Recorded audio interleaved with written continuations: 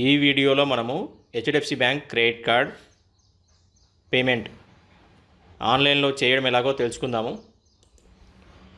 మీకు HDFC bank account లేనప్పటికీ కూడా వేరే బ్యాంక్ అకౌంట్ ఉన్నప్పటికీ కూడా మీరు ఆన్లైన్లో పేమెంట్ చేయొచ్చు. బ్యాంకుకు వెళ్తే ఛార్జెస్ తీసుకుంటారు, ఎక్స్ట్రా ఛార్జెస్ ఉంటుంది. అలా కాకుండా మీరు ఆన్లైన్లో పేమెంట్ చేస్తే ఛార్జెస్ అనేది ఏముండదు. గూగుల్ ఓపెన్ చేసి ఇందులో హెచ్డిఎఫ్సి బ్యాంక్ అని టైప్ చేయండి. ఇక్కడ ఫస్ట్లో ఉందండి, ఈ సైట్ ఓపెన్ చేయండి. చూడండి, ఈ విధంగా ఓపెన్ అవుతుంది. ఇక్కడ పే అని ఉంది చూడండి, ఇక్కడ పే అని చూడండి. ఇది ఇక్కడ ఇప్పుడు ఇట్లా ఈ సైడ్కి వెళ్తే మళ్ళీ రాదు. ఇక్కడ ఇక్కడ ఈడ పే అని ఉంది చూడండి, ఇక్కడికి రావాలి. ఇక్కడికి వచ్చినాక ఇట్లా కిందికి వచ్చినాక ఇక్కడ బిల్ పేమెంట్స్ అని చూడండి, బిల్ పేమెంట్స్. ఇందులో ఇక్కడ HDFC bank credit card bill అని చూడండి, ఇది క్లిక్ చేయండి.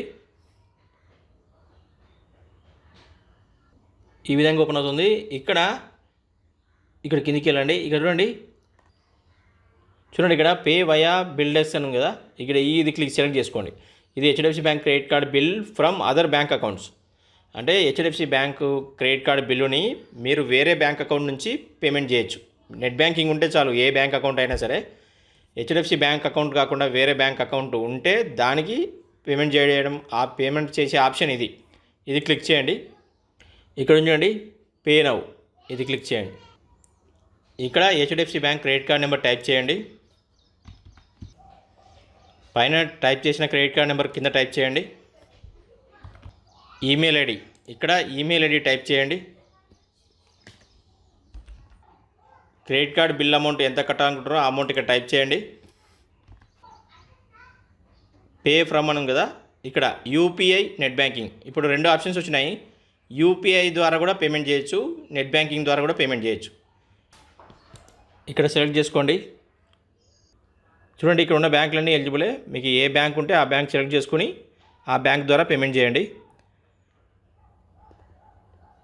స్టేట్ బ్యాంక్ ఆఫ్ ఇండియా, నేను ఈ బ్యాంక్ నుంచి చేస్తాను కాబట్టి ఇది సెలెక్ట్ చేసుకుంటున్నాను.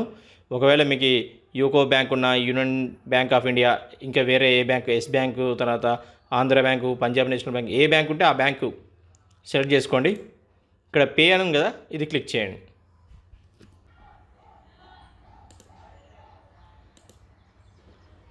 చూడండి, మనం ఏ బ్యాంకు యొక్క నెట్ బ్యాంకింగ్ సెలెక్ట్ చేస్తామో ఆ బ్యాంక్ యొక్క నెట్ బ్యాంకింగ్ వెబ్సైట్ ఓపెన్ అవుతుంది. ఇక్కడ నెట్ బ్యాంకింగ్ యొక్క యూజర్ నేమ్, పాస్వర్డ్ టైప్ చేసి లాగిన్ క్లిక్ చేయండి. ఇక్కడ యూజర్ నేమ్ టైప్ చేయండి, ఇక్కడ పాస్వర్డ్ టైప్ చేయండి. ఇక్కడ లాగిన్ అని కదా, ఇది క్లిక్ చేయండి. చూడండి, ఈ విధంగా ఓపెన్ అవుతుంది. అమౌంట్ చూపిస్తుంది. తర్వాత సర్వీస్ ఛార్జెస్ 0. ఇక్కడ కన్ఫర్మ్ అని కదా, ఇది క్లిక్ చేయండి.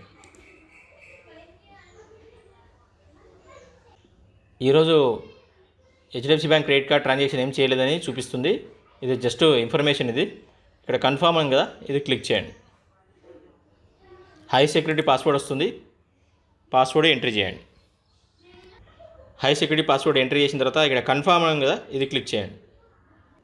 Your payment was successful. చూడండి, ఈ విధంగా వస్తుంది. పేమెంట్ అనేది, క్రెడిట్ కార్డ్ పేమెంట్ అనేది సక్సెస్ఫుల్ అయిపోయింది. స్టేటస్ కూడా కంప్లీట్ సక్సెస్ఫుల్లీ.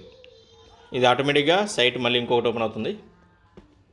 ఈ విధంగా వస్తుంది, ట్రాన్సాక్షన్ స్టేటస్ సక్సెస్. ఇది అప్డేట్ అవ్వడానికి 3 days టైం పడుతుంది. పేమెంట్ మోడ్ వచ్చేసి ఎస్బీఐ నెట్ బ్యాంకింగ్. ఇక్కడ HDFC bank card number, transaction date, time, ఇది రెఫరెన్స్ నెంబర్. ఏమైనా ప్రాబ్లం వస్తే కూడా ఈ రెఫరెన్స్ నెంబర్ అనేది ఇది 3 working daysలో అప్డేట్ అవుతుంది. అకౌంట్లో క్రియేట్ అవ్వడానికి 3 days పడుతుంది. 3 days వరకు ఆగి ఆ తర్వాత చెక్ చేసుకోండి. క్రెడిట్ కార్డ్ బిల్లో హెచ్డిఎఫ్సి బ్యాంక్ క్రెడిట్ కార్డ్ సంబంధించి ఆన్లైన్లో ఎలా చూసుకోవాలి, ఆ details, HDFC bank credit card సంబంధించిన డీటెయిల్స్ అన్నీ కూడా నేను ఒక వీడియో చేసినాను.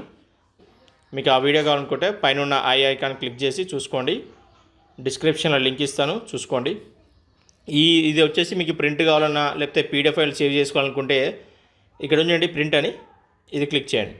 ఒకవేళ ఇక్కడ డైరెక్ట్గా ప్రింటర్ ఆప్షన్ ఉందనుకోండి, ఇక్కడ ప్రింటర్ అని, ఇక్కడ ఈ ప్రింటర్ ఆప్షన్ కాకుండా ఇక్కడ సేవ్ యాజ్ పీడిఎఫ్, మీ దగ్గర ప్రింటర్ లేకపోయినా కూడా ఇక్కడ సేవ్ యాజ్ పీడిఎఫ్ అనే ఆప్షన్ ఉంటుంది.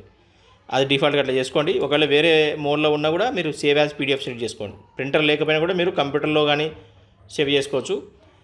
ఇక్కడ సేవ్ అనేది కదా, ఇది క్లిక్ చేయండి. ఈ వీడియో నచ్చినట్టయితే దయచేసి సబ్స్క్రైబ్ చేయండి, లైక్ చేయండి, షేర్ చేయండి. ఇంకేమైనా వీడియోస్ కావాలనుకుంటే కామెంట్ బాక్స్లో టైప్ చేయండి. దాని దగ్గర వీడియో చేసి నేను అప్లోడ్ చేస్తాను. Thank you.